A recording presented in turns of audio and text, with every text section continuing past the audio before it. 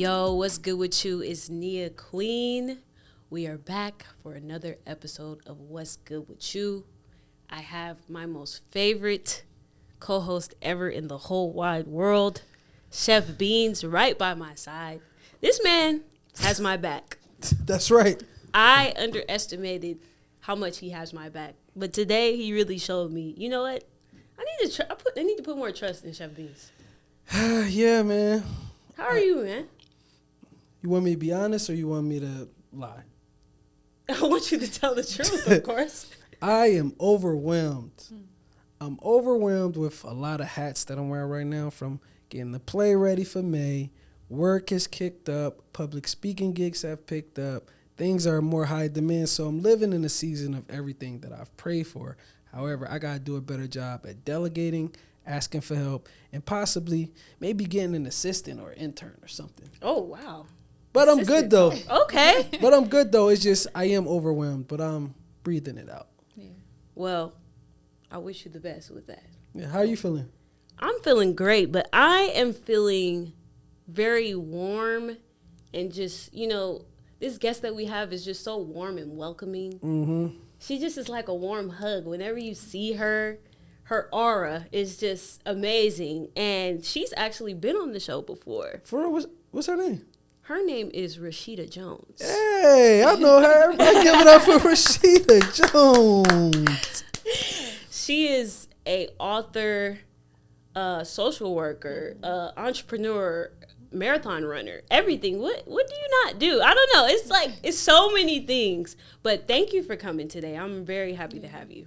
Thank you all for having me. Mental health advocate, it's just too many. And the last time she was here was 2022. Okay. It is now 2025. 23. 2023? 2023. 2023. Okay. Yes. My years is off. But, yes, I remember. It was a memorable experience. So that's why I remember 23. What made it so memorable? It was 22. I said it was 22. I came back in 23. Oh, yeah. I came back in 23. I've been on twice. I've been on the show. I've been on twice. It was 22 the first time because that's when Justice came out. Right. And then it was 23. Yes. I'm sorry. Yes. But you're right, though. Yes. We're both right. We're both right. Because was I there for? You wasn't there. Yeah, I wasn't there for that one. Yes, right. You were doing the play. So I asked her to help me on a couple episodes. She actually did 2 episodes. Yes, we did. You an OG. Yeah. I didn't remember that. I was like, yeah, she's been on multiple episodes because we talked about just being a therapist and being a social worker and what that looks like for us and how we take care of ourselves. You gave me some really good advice on dealing with parents of the kids because I was having like a really difficult time with the parents. And that was good times. Yes, good times. And the first time you came on the show was to talk about justice. Yes. But now you have a new justice that you want to talk about. What's the name of your new book? The title of my new book is Justice for Omar, co-authored with my brother Omar Jones. So that Justice for Omar. And we both had the pleasure of reading it, and we're gonna get into that. We're gonna get into it. We're gonna get into that because I don't know her notes. She don't know my notes. This is about to be new for everybody. Right. Exactly. But what have you been up to since the last time that we've seen you? Well, all of the things that you all just mentioned and wearing the many hats, marathon runner being the last big thing that I did. And I will say it's big because it's not easy running 26.2. Let's get that correct. Through a city, through our city, through my city. And so that was a beautiful experience. My 4th one. My 4th one. Oh my 3rd consecutive LAM marathon, and I did the women's one, all women's marathon in Savannah, Georgia, in November. Wow. So this is my 4th one. A great accomplishment, just pushing my mind and body mentally. I did a book signing for Justice for Omar in Atlanta. My very first time going into another state, bringing my work into another state. That was an amazing experience. So wearing the role as an author, a marathon runner. I had the honor of co-hosting a career day at my school. I don't really talk about my work much, but it is something that I want to talk about more because of the impact that we are bringing to our students. And thank you, Chef Beanz, for coming and just giving all of the energy and love to my students and the knowledge and wisdom. So again, thank you for that. Being an aunt, being a daughter, still wearing the role of a sister. So there's a lot of good things that's been happening lately. A lot of good things. Didn't you also join the best sorority ever? I did. The best. I did. And that was in 23 too, as well. Spring 23. And it was funny because it was around the same time I was here and it was happening. And then now Nia's my soror. So yes. Congratulations. Yes. Oh man, I remember when you texted me and you were like, "Yeah, I'm crossing Delta." I'm like, "What? Yes. Oh my gosh!" Yes. Like, when do you find the time to do all this stuff, girl? Yeah, even in just being a part of that, like my community engagement on social action and being with the youth, like I really do enjoy all of the work. And so finding time, it's a balance. Is it easy? No, but when you are passionate about certain things and you have a community of people, sometimes you can't say no. The work kind of pulls you and you want to be a part of. And so you pray and you keep the good diet and the working out and you find the energy to do what needs to be done. Yeah. Well, amen. Yeah, shout out to you. I am really amazed by you. And being at your book signing, I was just so proud of you. Like, it was almost like I know you, but it was like looking at somebody like I don't know if you know what type of experience I'm talking about, but it was just like, wow, like she's really an author, like with the book signing, and people had all these questions and it was so packed. Yeah. Like it wasn't even enough space for all those people. Like it was so much people and you really got vulnerable in a way that I didn't even know was possible, honestly. But how was, just before we get into like the details of the book signing and putting that together, like how was that experience for you? What even made you want to do a like traditional book signing in that way?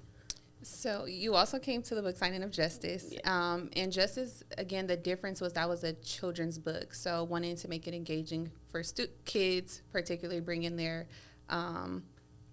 families, bringing their kids there and just making it fun, right? But Justice for Omar is a little bit different. Like, this is something that's, like, my heart. Yeah. Like, people who know me as Rasheeda Jones or people who don't, like, they know a different side with reading this book. And so I had to mentally prepare, like, people have read this body of work, and I'm walking into this space, and, like, how will they see me? So that's one thing that I had to prepare for. But two, like Chef Beanz said, like, delegating tasks.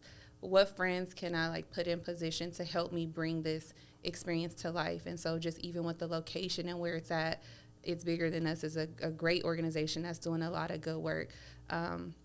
So having it there and what that space means.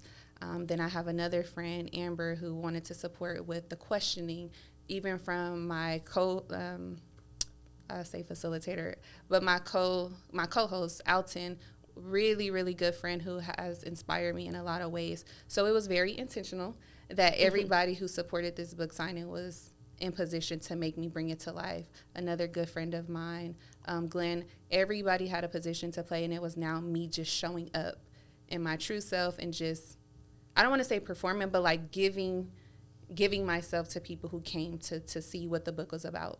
Yeah. So, I mean, a great experience. And people host book signings, but I wanted it to be like not just a signing. Like I needed questions to be asked. Right. I needed my brother to be felt in the room because, of course, if you don't know, he's incarcerated. And so I needed all of his energy to be there because it wasn't just about me. This is our book. Yeah, so that was just preparing for that in itself, and everything happened the way it was supposed to happen. You know what's interesting? Having read both of your books, read this one first, of course, the children's one, and now that one. To echo what you said, I definitely feel like I see you a lot more because when we walk outside, we give people what we want to give them. Right. But it's not until you start cracking that shell of vulnerability that you're like, wow, I didn't know we echo similar traumas. I didn't know we echo similar walks. And to talk about your first children's book, that was kind of like a book for, younger people, like childlike. Justice for Omar was also you speaking to the childlike version of yourself. Yes. Right. So it's like, this is for your kids, this is for y'all. and this is for kids too, but also like you put yourself and your all into both of them. And I think it's just, I was literally, I text you, I might have called you, I think I sent a voice note. I don't know what I did, but I'm like, my mind was blown, not just from the cadence of the book, but also like you really never know a person's walk or journey unless they decide to tell you. Right. And just the difference between the two books, like obviously like this is catered towards children. And my memory is so bad, but I did go to the book signing for the first one. You did. But it was definitely a completely different vibe because it was more so child-centered. So it was a lot of children. It was a lot of activities for children, coloring stuff. And, you know, and it was like a fun experience. Not saying that the other one wasn't fun, but it was more serious. And it's like you kind of felt at the end compelled, like, let me help out. Let me sign the petition. A call to action. Exactly. So in writing both of those bodies of work, was it when you finished this book, you were like, oh, okay, now I got to do the real work and get real raw about it? Or did you always have that plan, like, okay, I'm going to write both? So actually, funny, I started with Justice Fomar first. Oh. Like, this was my baby. Okay. I started Justice Fomar in 2017. But it's hard to write a memoir first, or something that's so, like, chapters, a body of work where you're talking about trauma, where you're talking about things that you had experienced, where you're talking about beautiful moments while still working, while still taking care of a family, while still relationship, friendships. That's very hard to do. And so as I was writing Justice for Omar, it was blocks where I'm just like, I don't have it in me. Right. I don't have the energy. My creativity is not coming to me. So I had to pause it. Justice, I wrote that. And I always say, like, I wrote it in a month, like, created it in a month, because I'm like, okay, because I'm like stagnant on this project, something has to come out. Right. Something has to come out. I have to establish myself as a writer, because I'm a writer, but like to the world as a writer. So that was nothing but God right there. It was nothing but God. It was nothing but God. And so started here, had a moment, and I said, let me go here to give, you know, the community something, the people something. And it just so happened to turn out to be what it is. Yeah. Like, I didn't know justice would be what it was. And then when I established myself as a writer, I'm like, okay, get back to this. Because this is the story that needs to be told. And so that's how I came back to Justice for Omar. In a way, justice helped you unlock more in Justice for Omar, because I know, like, in my writing experience, whether I'm writing for men, women, children, you got to kind of put yourself in the seat of that person or thing or whatever. Absolutely. So when writing a children's book, it's like, okay, how do I want them to receive this that isn't super or whatever? So you taking that journey to put yourself in their seat, you also put yourself in your own seat to get back to, you feel me? Because listen, like, when I say I'm away for the right moment this episode to crack open the notes that I wrote on that plane, but it's just, you can feel it. You can feel it. And I know we're going to get into it, just different chapters of, look. I mean, if you really want to go, you can go. But that was the goal. Yeah. That was the goal. As I was writing it, and I was writing it with another good friend of mine who sat with me through the process. Superman? Not Superman. Yeah.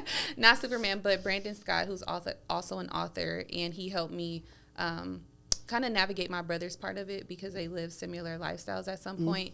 I said, I need to feel like, when people read this, that was my main thing, top of the list. You ask yourself, what do you want people to get out of this? The top was, I need people to feel like, when they read, I want them to laugh, I want them to cry, I want them to be inspired.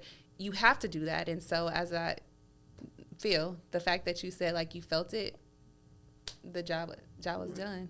Yeah. Do you think that that's why it took you so long to finish it, is because, like, you're reliving certain parts of your childhood, and it could become, like, too traumatic or too, you know, heavy, so you have to take breaks? Like, why do you think that? Because you said when you wrote Justice, like, you weren't really doing the other book because you needed a break, or you didn't have it. So what was that like, and, like, what was going on in your mind at that point? So for me, again, I present one way, right? And then professionally, you have to present one way. And so it was wrestling, like, what do I want the world to see? But then therapy teaches you, like, you got to be authentic no matter what hat or what role you're wearing. And so I had to work through that. And so I had to go through therapy to get to that part. And that was in the process of writing the book. Yeah. So that was unveiled to me. Where it's just like, okay, get back to it. You've processed what you need to process. You're living in your truth now. So write it out. Right. You're owning the truth now. Therapy helped you unlock the things that you had incarcerated emotionally. Yes. Right. Yes. And that's like, I'm actually about to teach a trauma-focused group at my school. And part of TFCBT is a trauma narrative. Mm-hmm. Like, you have to write your story to take your power back so that you're able to talk about it without breaking down. You're able to, be transparent and be authentic with other people without breaking down, because now you have taken your power back. Mm-hmm. So I can only imagine, this book obviously did that for you. Absolutely. So, Chef Beanz, I know you got a lot of questions about the book, but before we get into the questions, when you decided to write this book, what was your brother saying as far as how was he feeling about telling, his portion and being vulnerable? Because he also shared a lot of his, experience and his life. And even though you're the one that wanted to start writing the book, like, what was his response to you saying that?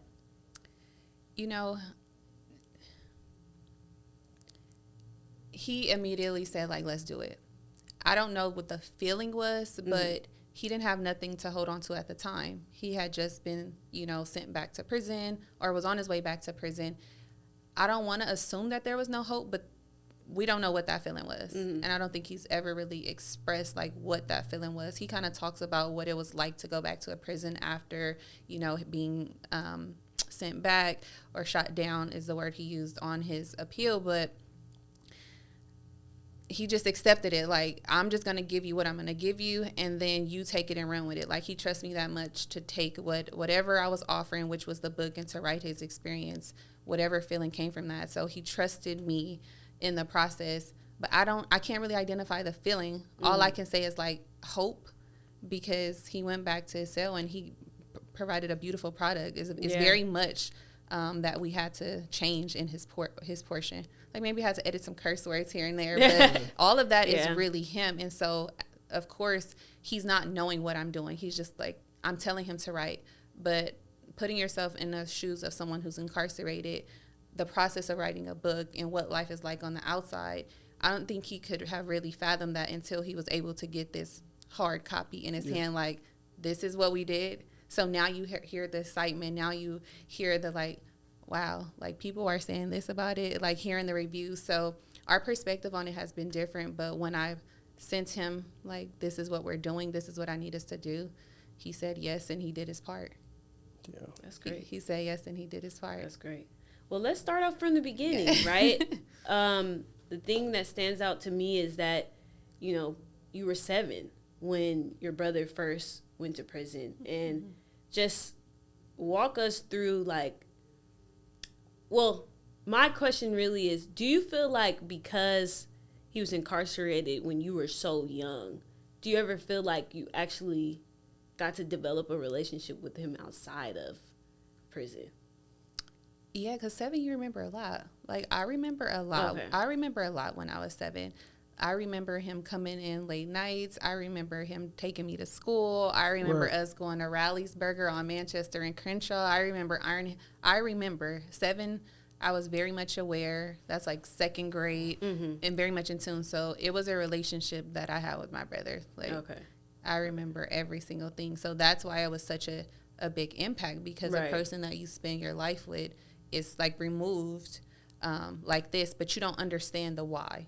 You don't understand the things that caused him to be there, or, the many different challenges that we face here in America. Like, you don't understand that. And you don't understand how now your parents are, being impacted by what's happening to their son. So you just feel and you just notice different things. And so I remember all those feelings. Yeah, because it's a larger, I wouldn't compare it to being a fly on the wall, because as a younger sister, again, who remember those rallies, trips, is larger than a fly on the wall. But again, just not knowing the impact, because you have your perception of your brother and how the love and things that you receive from him, but to see a system that just puts, it's kind of hard to say. Like I said, your book was very triggering too, which we'll get into, but to be from the East Coast and understand, like this love letter that y'all wrote is like, yo, the things that were created to really keep us in this jar to like expound, it's just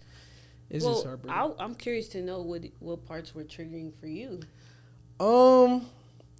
So the parts that were triggering for me, especially early on, like I've had cousins and people was like, come on, Quan, we about to go to, or they call me Baby Quan because I'm a junior. My dad's Quan, whatever. Come on, Baby Quan, we about to go see so-and-so in jail. You don't really know what's going on. You just young. All right, cool, whatever.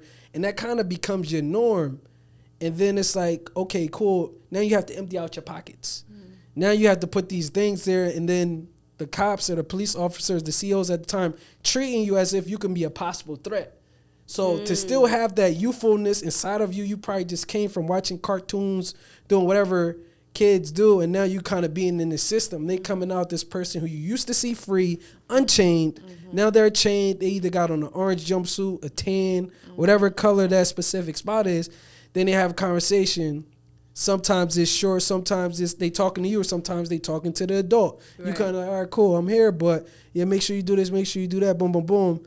And then when you go out the system, now it's like back to regular reality. It's like, yo, what was that that I just experienced? So reading the book took me back to those moments where I'm like, it's two different worlds. It's two completely different worlds. So even what Rasheeda was saying earlier, I can't even attempt to express how he felt in that moment because there are two completely different like worlds. Yes. Yeah. So that's what was triggering for me. It just unlocked a lot of things, like whether it's a long drive or short drive. And it's like, yo, I remember seeing you not having these clothes on or not being in these circumstances. So they're trying to force the words, how's school now? How's that? But you can still see the pain through the glass. Right. You can still see like it's like a hard ask as far as, so that's what was triggering for me. Yeah. And Rasheeda, for you, do you feel like those visits and those long drives and, the things that you had to do growing up, do you feel like it kind of forced you to grow up faster?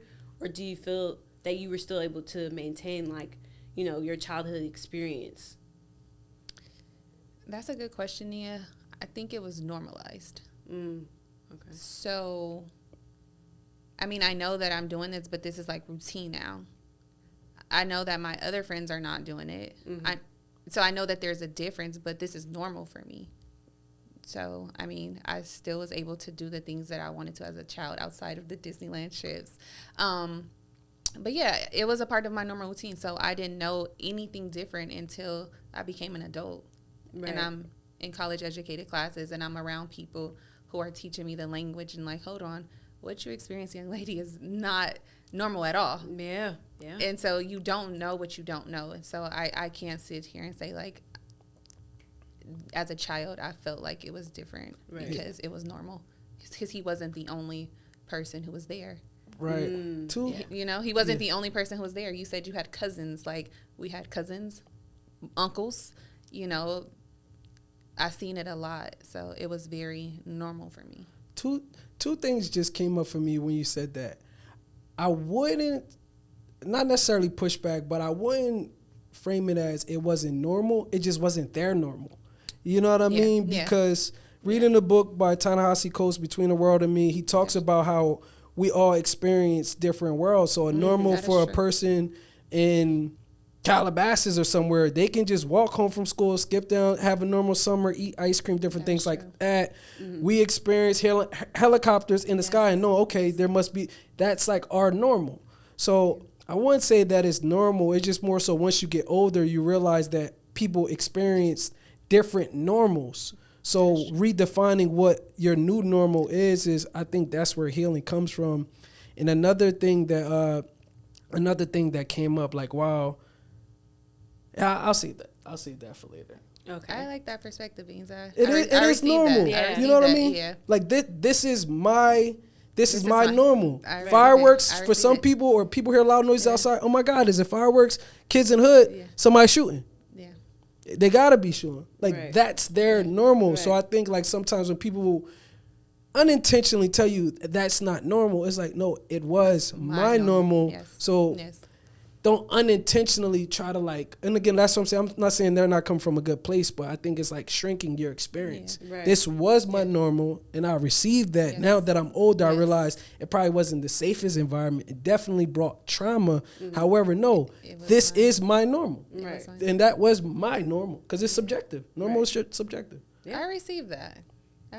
Yeah. And I would attribute that to, you know, the work that your mother has done at your book signing. You know, you thanked her, and I could only imagine, you know, having children, you know, locked up, and then also still here, you still got to show up for the kids that, you know, you still got to take them to school. You still got to make sure that they doing their schoolwork and make sure that they're okay. So how has your relationship with your mom been now that you're older and you realize all the things that she had to do to maintain you having somewhat, I don't even want to use normal, but a good childhood?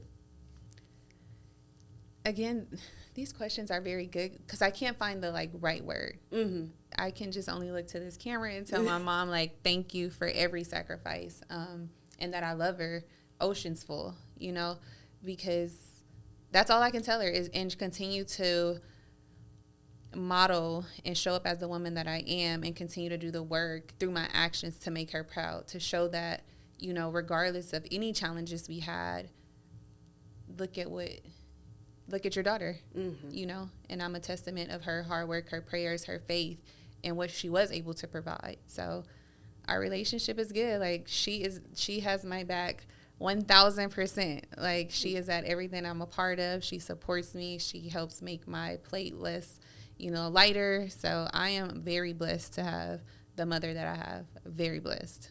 Yes, that's amazing. Yeah. That's amazing. So let's fast forward a little bit to, you know, Rasheeda, who is in college, or, you know, discovering what you want to do with your life, and you're starting a little bit your advocacy at this point, right, in college and stuff. And so what was, because I know you struggled about like leaving LA and, you know, not being able to visit your brother because you'll be in, you know, in school at Clark Atlanta, like In grad school, yeah. exactly. Like what was that like, as far as like deciding I need to do this for me? Because it sounds like throughout the book, like a lot of things you do for your family, and you kind of struggle with like taking your me time. So what was that aha moment like where you were like, you know what, I got to do this for me? Like, At the time, I had a very supportive partner, which is Superman, like you mentioned. And he kind of helped create that balance of like, Rasheeda, your family will always be here. Like he kind of pushed me, and made me realize like it's so much more, you know, to just family. Like, family is everything, but like dream more, and you have my blessing. Like, even this relationship, like, go, if that's something that you want to do, then go do it. And so that it was him inspiring that decision. I wanted it. I always said I wanted to go to a HBCU. I didn't get a chance to do it for undergrad, and that was my moment. And once I have the blessing of my partner, I couldn't look back. Yeah. So that was the moment, really, the support, his support in saying, like, you have the blessing, go do it. So let me ask you this. That support that you felt from your partner, someone who you didn't come into this earth with, someone who, you know, you met during, like, while y'all were just transitioning throughout life, was that the introduction to a feeling that you've never felt romantically? And do you think that's what kind of, like, amplified the moment? Like, that genuine, unconditional support, I'm going to love you regardless to whatever you do, but I think this will help set you up for success because of X, Y, and Z. Because we don't got to get into it, but we know it's like comparing it to past experiences to that. Like, was it that feeling that is really catapulted you to Atlanta as something like, this is new and different? Yes. That was the moment. And I don't want to get into it, but that was the moment. Like, when you have someone who is as supportive and you can talk to that person. Because, again, to be honest, I didn't come from a lot of people around me who was wanting to branch out and do much of anything, you know. Mm-hmm. And you love them regardless, but I was not inspired by anything. And so that's why I love Nipsey so much, because I found somebody that I'm like, oh my God, I can relate to and I'm inspired by. I didn't have that a lot. And so to have a person who is trusting in the space that you trust them and like pushing you to go spread your wings, that's all I needed. That's all I need. My mom is going to have my back regardless. Right. But again, she doesn't come from that world of pushing college on me, or she's just like, whatever you want to do, I support. But to have a person who is also college educated and also experienced saying, you know, go live your life and I'm going to support you. That's all I needed. Yeah, because it's really important. Like, when I think of somebody like you that's just taking care of everybody, it's important to take care of ourselves. And sometimes, you know, I work with kids a lot who come from, you know, not the best neighborhoods, and they have these opportunities to leave and go to college. And they're like, no, I have to stay and help the family. And I'm like, okay, but what do you want to do? Do you want to stay and help the family? If that's what you really want to do, okay, I'm not trying to change you. But if you got accepted into this great college or whatever, like, you should take that opportunity. And I think a lot of people struggle, you know, when they come from a family that, you know, has a lot of hardships. Yes. They struggle with letting go and, you know, spreading their wings. But think about what you did, right? You got exactly powerful. Exactly. Love is powerful. Got your master's, and now you're doing more than you could ever imagine. Like, you've been able to help in ways that you could never imagine. So it's just a sentiment to everybody. Like, sometimes we do have to take those steps away from our family to really grow, and eventually we can come back and we can help even more than what we could have before. So just, you know, that's just like a word of advice to everybody. But the key to that is having that support and people who can expose you to that. Because you can have support, but they don't even know to tell you that the opportunities are there, or that there's a bigger world. They know it, but they've never experienced it. So it's really also connecting to people who have that experience and who can speak that into you and can give you some tools to help you get there. Right.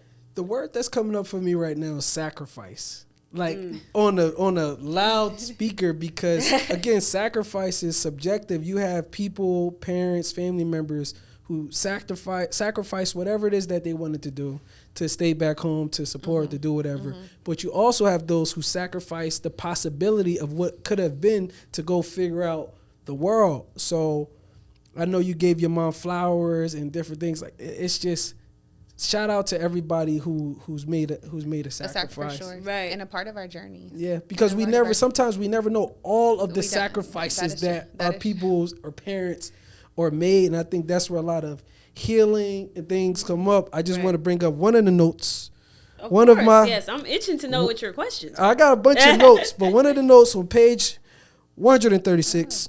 I wrote down. I was on that flight. Like, look, direct quote. Matter of fact, this is a manifestation, number one, because the whole time I was reading the book, I'm like, she needs to be like interviewed about this book if she hasn't already. Somehow, some capacity, I want to be in the seat. And then eventually when her brother gets out, he also needs to be a part of that conversation. Yes. I promise you, while I'm 3,000 miles in the sky. But page 136, it was importance. I don't know if I paraphrased this, because I probably was like, you know, half sleep, jet lag, whatever. Importance of asking parents questions while they're alive. Do not incarcerate the opportunity to learn and ask your folks things. So I think this was when Omar was writing. But the reason why we're talking about parents and talking about sacrifices, different things like that, we truly don't know our parents' journeys. So I'm in the stage where I'm getting to know my parents, like now, like, how was it when you were younger? How much was the cost of eggs? How much was milk? Like, how was like your walk and your journey? Because those experiences is to what leads to the type of parents that our parents were. Like, I know your mother still not devastated. Regardless, this is my son. Right. Yes. And like, while also trying to be there for my son while he's incarcerated, I also have twins who are outsiders. So it's like that constant tug of war, which I know she still feels like currently. Shout out to Black women. Shout out to everybody. Shout out to I just had to. But I got a couple of those. I just thought it was a perfect time to speak about it. Just like getting to know not just like our parents, but the people around us. Like really spending that time with them. Right. Talking about their experiences. And I had a question about the chapter, I don't know what chapter this is, but when you talked about your father's passing and dealing with grief, and it just made me think of, you know, obviously we grieve when somebody passes away, but do you feel like you grieve your brother, even though he's still here, but he's not outside living life with you? And what does that feel like? You know, is there a difference, or is it just as devastating? I feel like I grieve a lot of different things that I'm also working through. But of course, time has been stolen from him. 27 years have been stolen. I am grieving all of the things that he could have done, the children he could have had, you know, the experience we could have had together. There's a lot of grief in that. And so it's still the same. It hurts just as much. But on the flip side, I still thank God because he's here. Yeah. He's here. I look at the wisdom that I've developed in the relationship we still have. And so in grieving, there is moments of like resentment to a system. And there is, you know, moments where I'm just like, why did I have to be like this? All right. But every day I have the opportunity to still talk to him and still fight for him and still, you know, show up for him. And he has the opportunity to do the same. It's restricted, but I still have that. You know, grieving the loss of my dad is completely different. Like, I never get that anymore. So I'm holding on to the what ifs, the what could have been too. But I will never get the opportunity again. So it's still grief, but it's just really different. Right. It's just really different grief. And I have to compartmentalize them in different ways. But again, at the end of it, I'm still blessed to have had the experience, all of the experiences, you know? Yeah. Yeah. And you use the word fight, right? Let's talk about how you're kind of, well, you are. You're taking your power back by advocating for people who are wrongly incarcerated. Tell us a little bit about how you got into that. And I'm thinking about your stepmom that kind of introduced you to this group that helped you do that. Because now you're in Sacramento doing the thing. Like, tell us about that. So just a quick story. During the time my brother went back to court in 2017, it was a group of women who showed up for him. I didn't know who they were. I just know that there's these women here supporting him. After, you know, the court was over, I see my stepmom and she's like, these are women from SC Justice Group. Okay, what's SC Justice Group? Right. I'm not knowing, but I'm thankful. So it doesn't even really matter, but I'm invested. Like, who are they to show up? He's been gone 20-something years. And so when you're gone, people do fade away. Like, it's a real thing. And so she told me who they were and what the organization was about, and she was a part of it. And she asked me to come to a meeting. And so the organization supports women who are impacted by incarceration. 1 in 4 women, it is a fact, have someone incarcerated. 1 in 2 of those women are Black. And so meaning we are impacted the most by incarceration. And we isolate. We tend to, because we have so many hats that we wear, we just take care of the family. Like you mentioned, something that my mom had been doing, working, still got kids, still having to do what needs to be done, but still making sure that there's money on the phone, money on the books, and all of the things that it takes to support someone incarcerated. And so I went to the meeting. And I was sitting there like, okay, I'm here to support this organization. Because now I feel like I'm obligated. They showed up for me. I have to show up for them. And I didn't know what I was walking into. But when I say, like, it was the best decision I had ever made because it allowed me to be the vulnerable person that I am today. It held space for me. All of these people had something in common. We all knew what it was like to hold somebody down in jail, and so, or in prison or whatever. And so it's a call to healing to advocacy, where you take the time to learn lessons of what it means to heal for yourself. Then the next 3 weeks, you go into what does it take to advocate for your family. And then by the end of the 9 weeks, you learn what is it like to advocate for the community, because it's so much bigger than yourself, your family. You have to do it for everybody. Yeah. And that 9 weeks, when I say it, like, solidify, like, I have to be a part of this organization. I have to do the work, because this 9 weeks have been healing for me. So now I'm empowered. I'm inspired. Like, I can't just sit and have this story in isolation. Like, I have to use my voice. And so that's the whole purpose of the organization, is to provide a safe space for women. But I just took it a step further. Like, I wanted to be involved. I wanted to be more informed. I just didn't want to be the person who had been harboring all of these feelings about a system and not sharing. Right. And there was a point where I was ashamed of my brother's incarceration. I always talk about Omar because he was wrongfully, accused of this crime, but I was also supporting a niece who was incarcerated. I was also supporting my twin brother who was incarcerated. So I'm bearing a lot. And so I needed that space to heal and just breathe, and see what can I do for other women who have been experiencing it. I'm not ashamed anymore. I talk about, I need people to know about Omar's story. And so it was a liberating experience to go through that organization. Right. And you wore the shirt on the plane. Yes. The flight attendant said, like, who's Omar? I have, his, and I've been wearing, my mom has a chain, it's Justice for Omar, and I used to wear hers in the 7th grade. We went to the Slauson Swap meet and we would get our chains. And so this is something that we've been doing, but I didn't realize that I was doing it. I didn't realize that the advocacy work was really happening. But now we make sure that it's on buttons. My mom wear her pen every day. Mm-hmm. When you promote yourself, as you know, people ask questions. Right. They want to know, and you have to share your story. Yeah, definitely. Beanz, did you have any more questions before I get into the self-care portion of this? I got a bunch of stuff that I think I just want to blast. Okay. I'm gonna just just be prepared. You don't even got to respond to everything, but here is just some of the notes that I wrote. Page 95, Allah Almighty will grant us opportunity to travel together. And I think though y'all haven't physically been traveling with each other, like y'all have always been with each other. So I think it's just beautiful that y'all have that relationship with each other. They enclosed 2 men to a 6 by 9 foot cell, yet it's unconstitutional to put 2 animals in a 6 by 9 foot cage. Page 117. I can't be late. I have reservations at Disneyland. I know that's going to be part of the healing. The only question that I have, which I'm just curious, or maybe it's not a question, it's something like I identified. And I hope I'm not out of place for this, but I'm just curious. So a few times in the book, you say, like, this will only take a second, right? I think the last time I noticed it was like page 99.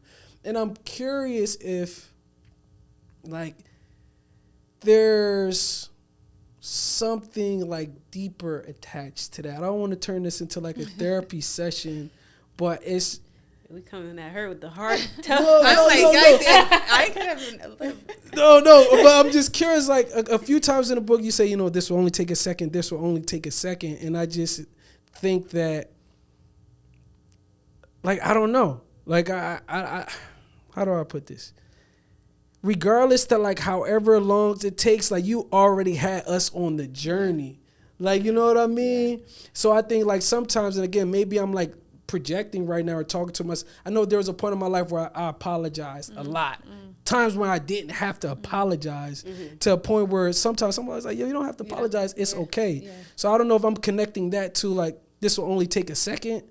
But it's like you had us on page 1, regardless if it takes a second, if it takes a minute, if it takes an hour, we are already there. So something in me just felt like I needed to write that down. I don't know if I was supposed to have a conversation with you on or off camera, but like I just wanted to give you your flowers in that same breath, regardless to whether it's going to take a second, 5 seconds, or whatever.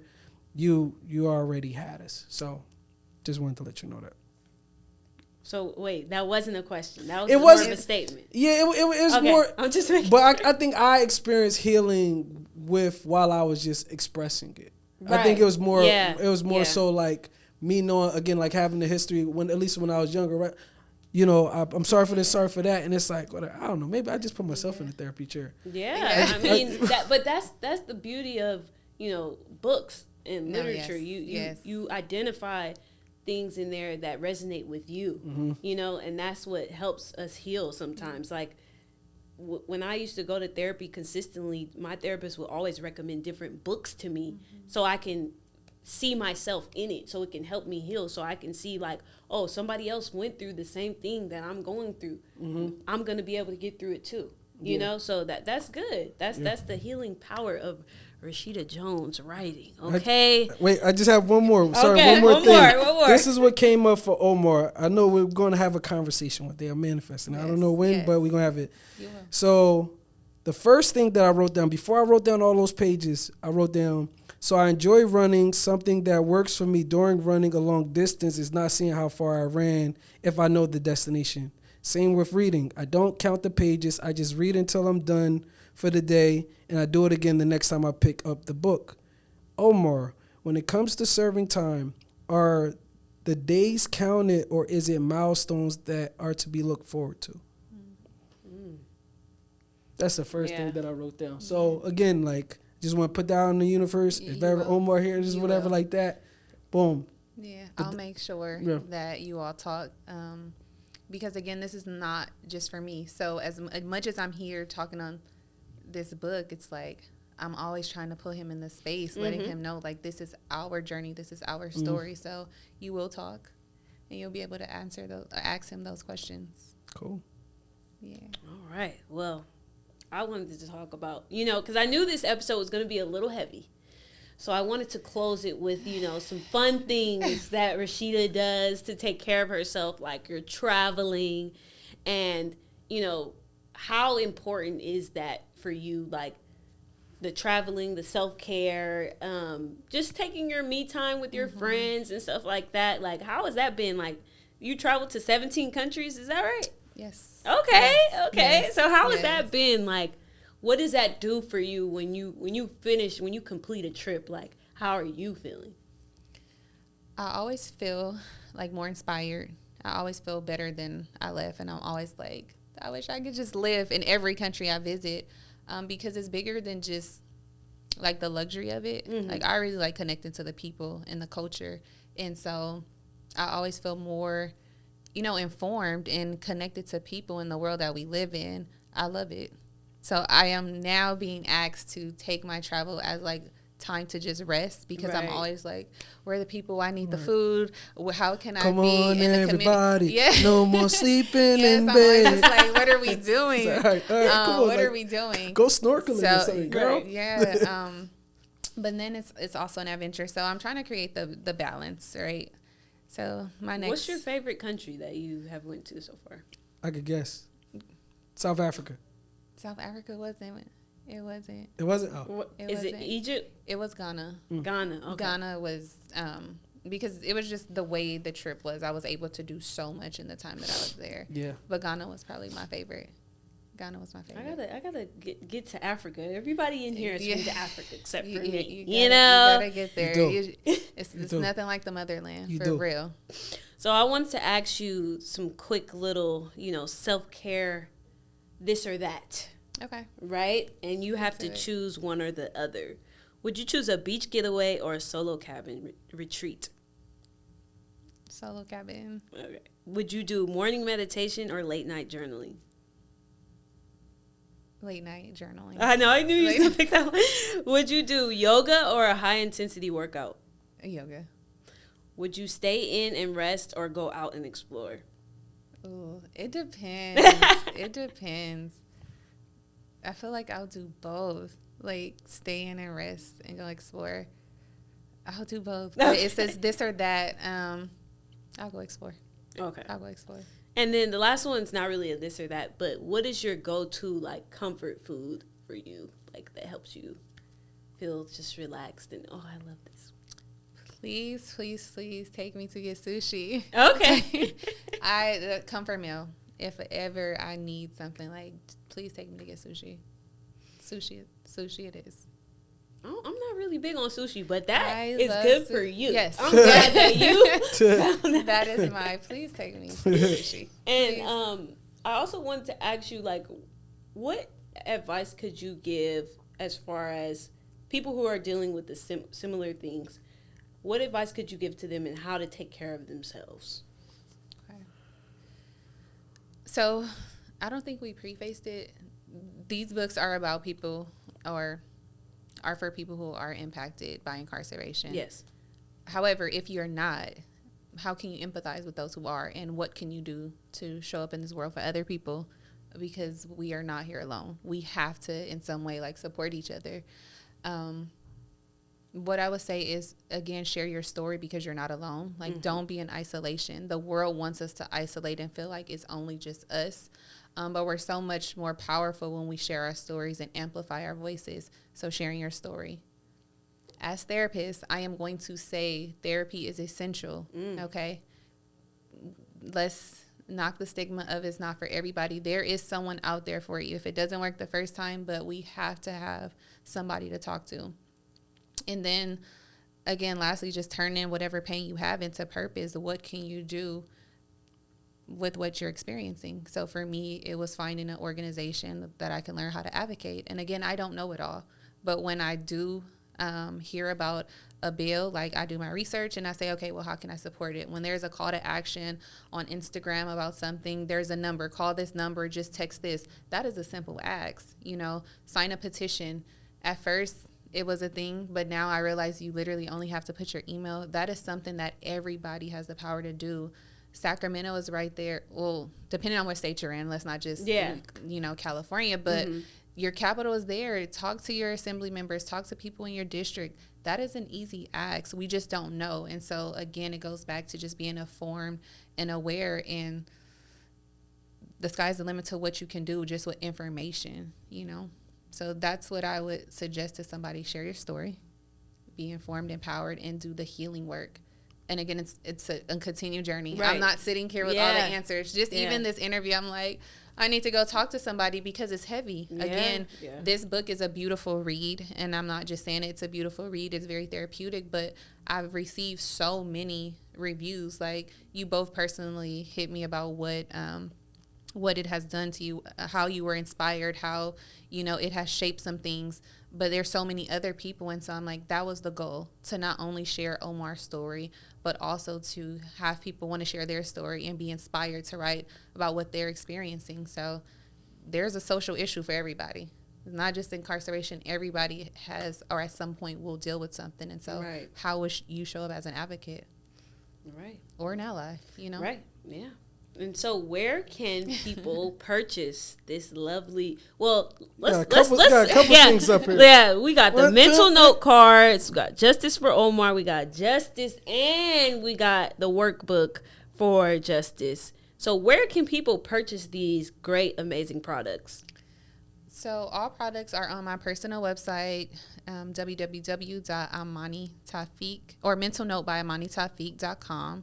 And then you have TafiqsPublishing.com, and they're also on Amazon. So if you would like, personally, get them from me so you can have a signed copy. But if you purchase them on Amazon, leave a review. It helps, the algorithm. Right. And I'll just say, and I'm not saying this because this is my friend, but I use all of her products as a therapist, and they work amazing. My mental note cards are my favorite. Mental note cards are my favorite because with the teens, they come in really, really, really handy. So not just for teens, but obviously adults can use them as well. But if you're just looking for something like, well, I don't know where to get coping skills from, I don't know what to do to relax, like, that's a good first step. And that is my favorite product of yours. But obviously, I love everything. But the mental note cards are really like something that I use at least once or twice a week for sure. Okay. For sure. So make sure you guys support her. And where can they follow you on Instagram? My personal page I have now turned into my business page. So just giving more. Yes. Amani_X_change. Okay. On Instagram. And then from there you'll find all of my other platforms. Right. All right. Yeah. Chef Beanz, you got anything you want to share? Any last words? I do. Before I get into last words, actually, I'll say what I'm going to say first. So, yes. No, this is on my heart. I'll do this first. Yes. So, I reached out to you. So, a lot of people don't know this. Every book that I read, like whether it's a childhood book, Dr. Seuss, or a big Children of Blood and Bone, whatever, I always write a letter to someone in the book, like a character. Or even sometimes it's the author. I do it with every book, even plays I read. So I did that with this book. I wrote a letter to Rasheeda as well as Mo. I'm not going to read Rasheeda's. Rasheeda's was a little longer, but I want to read Mo's, and I'm sure he'll hear this one day, so I'm going to just say this. Dear Mo, God has not only blessed you with a loving family, but also unwavering resilience. The scars that you wear on your face mirror the scars of the African warriors that we descend from. Though we cannot change the past, we can focus on the present to impact a brighter future. May your story impact the youth as well as adults. And though I've never met you, I'm praying for you. You inspire me. From Beanz. So, yeah, I wrote letters to both of y'all because it was a beautiful love letter between two siblings.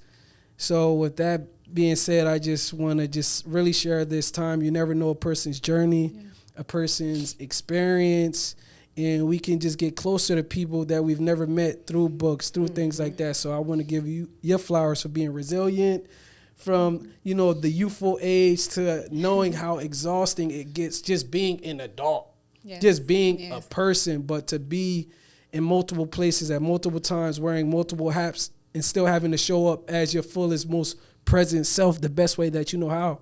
It's challenging. So you do a great job. Amazing job. And just like praying for strength, not just to carry everything that you've been carrying, but also like the strength and the vulnerability to continue to choose healing above it all. You know, and like healing through it and sharing your story. So that's all I have for today. I mean, I can. Wow. I mean, on that note, there's nothing left to say. Well, can I give you all your flowers, please? Yes. Absolutely. I just want to say thank you. You all provide a platform here, or have provided a platform over the years, to bring guests to highlight what they do. And I think it's amazing what you all are doing. Keep doing it individually as a collective. And this is what community looks like. You all didn't have to give me this opportunity to share my story, my brother's story, or any of this work, but you did and you chose to. And so I genuinely want to say thank you for your time and having me here, and for speaking those words to Omar, because I'm going to make sure he hears them. No problem. So again, thank you. Thank you. I fully receive that. Thank you. Thank you for you know, everything that you have done, and just opening my eyes to a lot that before I was blind to. I will say that.